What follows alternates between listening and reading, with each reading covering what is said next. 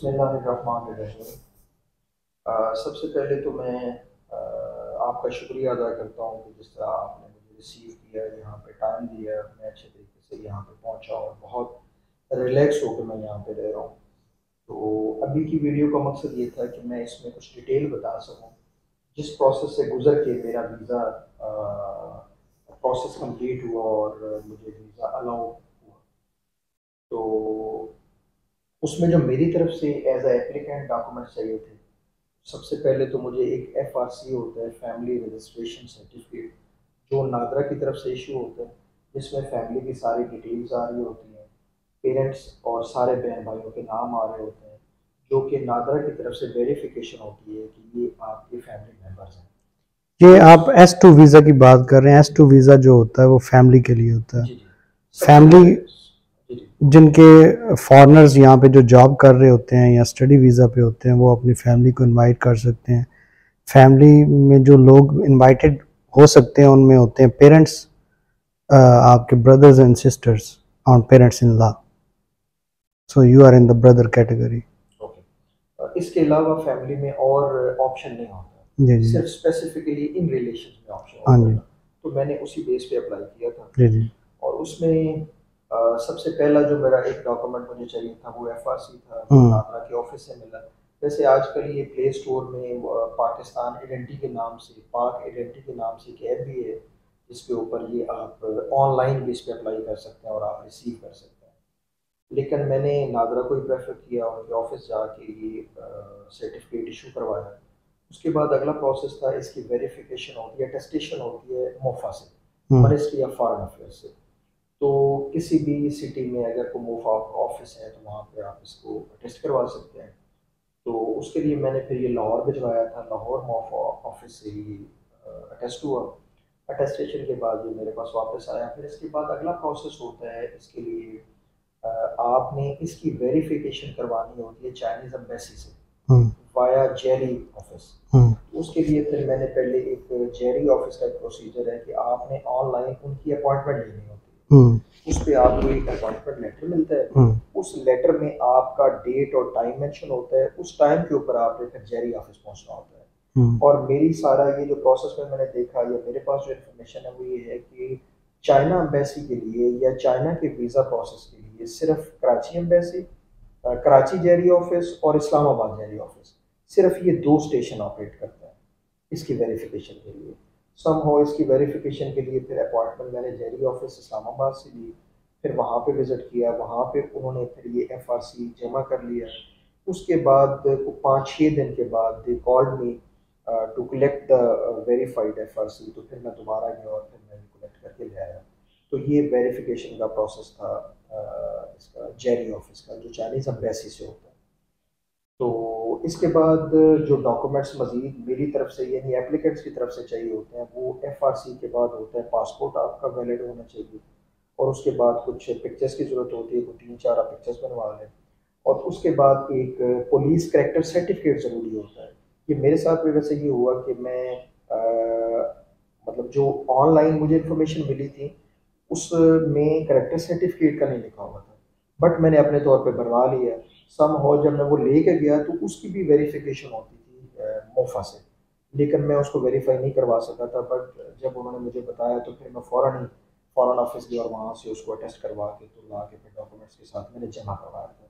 सो ये एक डॉक्यूमेंट होता है, पुलिस स्टेशन से आपको ये मिल जाता है, पुलिस करेक्टर सर्टिफिकेट। तो वो सर्टिफिकेट वहाँ से लिया। उसमें ऑप्शन ये होता है कि आप जाते हैं तो आपको वो एक प्रोसेस से गुजर के तो आपकी सारी डिटेल्स लेके उसके बाद फिर आपको टाइम दे दिया जाता है पुलिस सेंटर से। तो वो या तो बाई पोस्ट आपको भिजवा देते हैं, तो या फिर आपको खुद जाके वो रिसीव करना होता है। पर मुझे वो बाई पोस्ट मिल गया तो करेक्टर सर्टिफिकेट भी कंप्लीट हो गया। तो मेरी तरफ से जो डॉक्यूमेंट्स थे, उन डॉक्यूमेंट्स में FRC, पासपोर्ट 2, और तीसरे नंबर पे था फ़ोटोज़ थे 3, और चौथे नंबर पे था पुलिस कैरेक्टर सर्टिफिकेट। ये 4 डॉक्यूमेंट्स मेरी तरफ से कंप्लीट हो गए, जो एक एप्लीकेंट्स की तरफ से रिक्वायरमेंट होती है। अब दूसरा था कि जो मुझे कॉल कर रहे हैं इनवाइटिंग पर्सन है, उनके कौन से डॉक्यूमेंट्स चाहिए होते हैं जो उन्होंने भिजवाने होते हैं। उसमें एक इनवाइटिंग लेटर होता है, दूसरा एनओसी होता है। एनओसी होता है बेसिकली जिस कंपनी की तरफ से वो इनविटेशन दे रहे होते हैं, उस कंपनी की तरफ से नो ऑब्जेक्शन एक सर्टिफिकेट होता है। ये 2 लेटर्स होते हैं उनकी तरफ से। जो इनविटेशन लेटर होता है वो पर्सन खुद ही वो कंपनी के लेटर हेड पे इशू होता है, जी, उसमें आपका पासपोर्ट नंबर है, आपका डेट ऑफ बर्थ है, आपका रिलेशनशिप है और आपकी रीज़न इनविटेशन की है, वही होता है सिंपल लेटर। उसमें कंपनी की स्टैंप होती है और आपके सिग्नेचर होते हैं, वो होता है। एनओसी जो होता है वो जो पर्सन इनवाइटी होता है वो खुद अपने तौर पे एक लेटर इशू करता है और वही होता है उसका। जी ठीक है।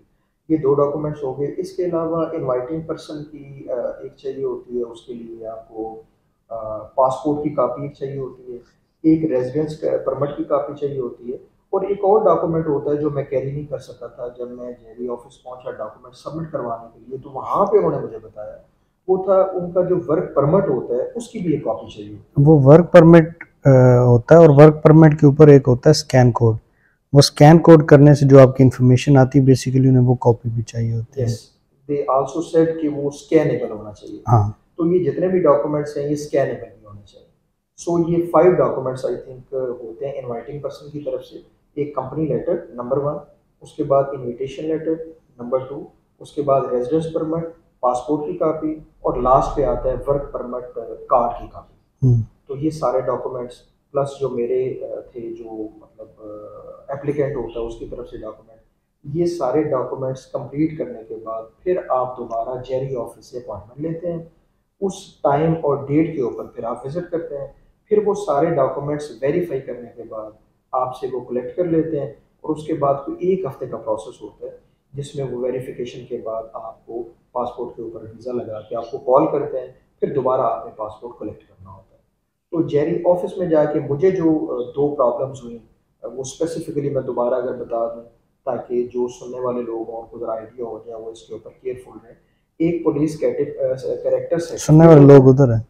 एक तो पुलिस कैरेक्टर सर्टिफिकेट होता है और उसकी वेरिफिकेशन मोफा से वो भी ज़रूरी होती है और दूसरा जो आपका इनवाइटिंग पर्सन है सॉरी, वो आपको वर्क परमिट की कॉपी भी सेंड करे और वो स्कैनेबल होनी चाहिए। तो ये सारे डॉक्यूमेंट जमा करवाने के बाद आपका बाकी process okay, so you can repeat one time जो डॉक्यूमेंट्स आपकी तरफ से थे, जो मेरी तरफ से थे, मैं भी रिपीट कर देता हूँ। जी।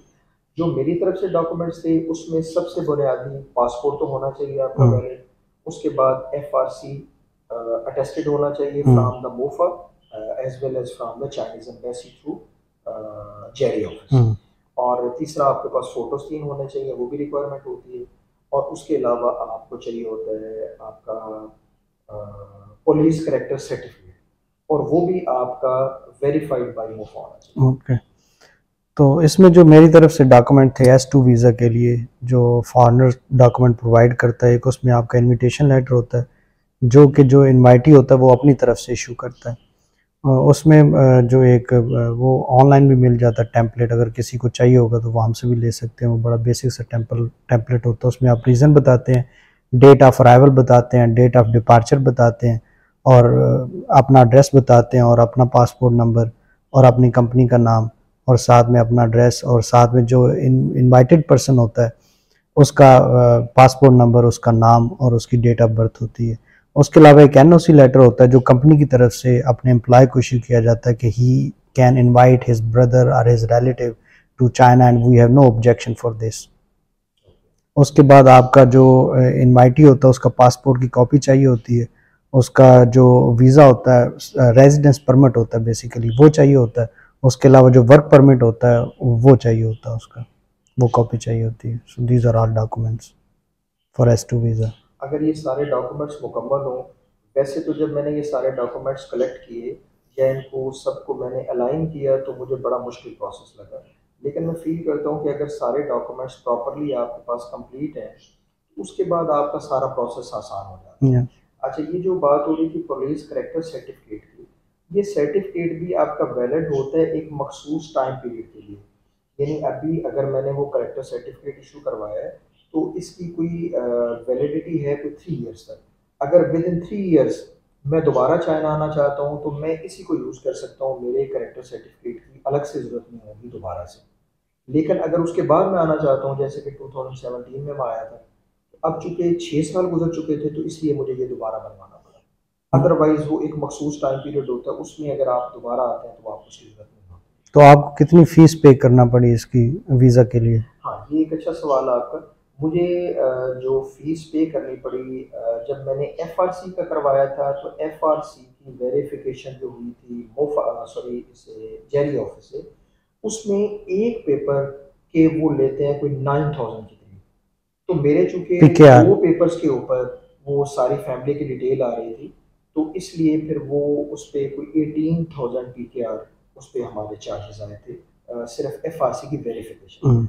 उसके अलावा जब मैंने ये डॉक्यूमेंट सारे जमा करवाए थे और फिर वीज़ा के प्रोसेस के लिए कोई ऑलमोस्ट 12,000 के करीब दोबारा इसकी फीस लगी। वो जेरी ऑफिस चार्ज करता है, चाइनीज़ वीज़ा की फीस नहीं? यस, वो जेरी ऑफिस चार्ज करता है। इसके अलावा एफआरसी की इश्यूस में 1000 के करीब था, या आपने जो मोफा से वेरीफाई करवाना होता है एफआरसी, उसकी भी फीस नहीं होती, वो सिर्फ आपने बस वो प्रोसेस में जाना होता है और वहाँ से वो वेरिफिकेशन। चलो, ये हमारा जो प्रोसेस था ये S2 रिलेटिव वीज़ा के लिए था।